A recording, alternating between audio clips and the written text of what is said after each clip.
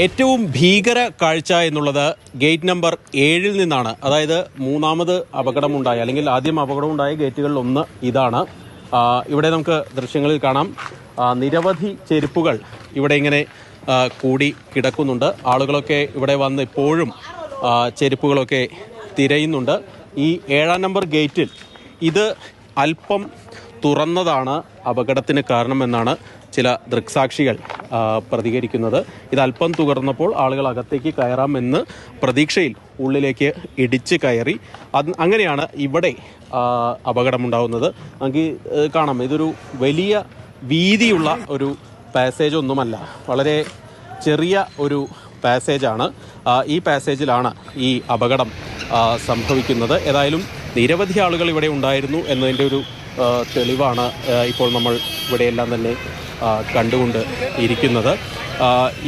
ഇവിടെ മാത്രം 3-4 പേർക്ക് ഈ ഗേറ്റിൽ മാത്രം മരണം സംഭവിച്ചു എന്നാണ് മനസ്സിലാക്കുന്നത്. 50ഓളം പേരാണ് നിലവിൽ ഇങ്ങനെ ചികിത്സയിലൊക്കെ, അപകടത്തിൽ പരിക്കുപറ്റി ചികിത്സയിലൊക്കെ കഴിയുന്നത്. ഇവർക്കെല്ലാം തന്നെ മതിയായ ചികിത്സ ഉറപ്പാക്കിയിട്ടുണ്ടെന്നാണ് കർണാടക സർക്കാർ ആവർത്തിച്ച് വ്യക്തമാക്കുന്നത്. 10 ലക്ഷം രൂപ മരിച്ചവരുടെ കുടുംബാംഗങ്ങൾക്ക് ധനസഹായവും പ്രഖ്യാപിച്ചിട്ടുണ്ട്. പക്ഷേ ഈ വിളിച്ചു വരുത്തിയ അപകടം എന്ന് തന്നെ വേണം നമുക്കിതിനെ വിശേഷിപ്പിക്കാൻ. സംവിധാനങ്ങളുടെ കൃത്യമായിട്ടുള്ള വീഴ്ച ഇതിൽ ഉണ്ടായി എന്നുള്ള കാര്യത്തിൽ യാതൊരു തർക്കവുമില്ല. സർക്കാർ തന്നെ അത് സമ്മതിക്കുന്നുമുണ്ട്. ഏതായാലും പ്രതീക്ഷയിലും കൂടുതൽ ആളുകൾ ഇവിടേക്ക് ഒഴുകിയെത്തിയതാണ് ഈ അപകടത്തിന് കാരണമായി സർക്കാർ വൃത്തങ്ങൾ പറയുന്നത്. ഏതാണ്ട് 1 ലക്ഷത്തോളം ആളുകൾ ഇവിടേക്ക് എത്തി കാണും എന്നുള്ള ഒരു കണക്കൂട്ടലാണ് സർക്കാർ പറഞ്ഞത്. പക്ഷേ 5000-ഓളം പോലീസ് മാത്രമേ നിയന്ത്രിക്കാനുണ്ടായുള്ളൂ. അത് പകുതി കുറച്ചാളുകൾ ഇവിടെയും കുറച്ച് പോലീസ് വിധാൻ സൗധ പരിസരത്തുമായിരുന്നു ഉണ്ടായിരുന്നത്. പക്ഷേ ഏറ്റവും വലിയ വിമർശനം ഇപ്പോൾ നേരിടുന്നത് RCB മാനേജ്മെൻറ്റും അതുപോലെ തന്നെ കർണാടക ക്രിക്കറ്റ് അസോസിയേഷനുമാണ്.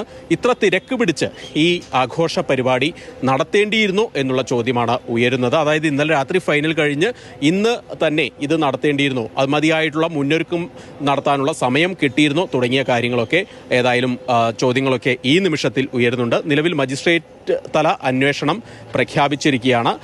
എന്താണ് സംഭവിച്ചതെന്ന് സംബന്ധിച്ച് കൃത്യമായിട്ടുള്ള വിവരം അതിലൂടെ ലഭിക്കും. ഏതായാലും ഈ ഗേറ്റ് നമ്പർ 7 കാണുന്ന കാഴ്ചകൾ നമ്മളെ വല്ലാതെ പേടിപ്പെടുത്തുന്നതാണ്.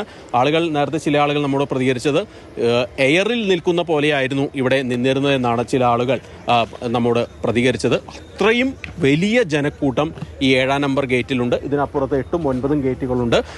ഏതായാലും ഈ വളരെ ഇടുങ്ങിയ ഈ ഒരു പാസേജിൽ കൂടുതൽ ആളുകൾ ഇവിടെ തിങ്ങിക്കൂടി എന്ന് തന്നെയാണ് ഇവിടെ അപകടത്തിന് കാരണമായത്. അതോടൊപ്പം തന്നെ ഈ ഗേറ്റ് പകുതി ഏതാണ്ട് കുറച്ച് തുറന്നത് കൂടി അപകടത്തിൻ്റെ ആക്കം കൂട്ടി. നിലവിലേതായാലും അന്വേഷണം പ്രഖ്യാപിച്ചിട്ടുണ്ട്.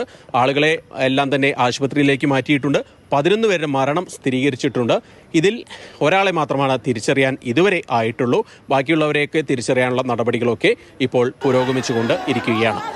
ബംഗളൂരുവിൽ നിന്നും KB ശ്രീധരൻ, മാതൃഭൂമി.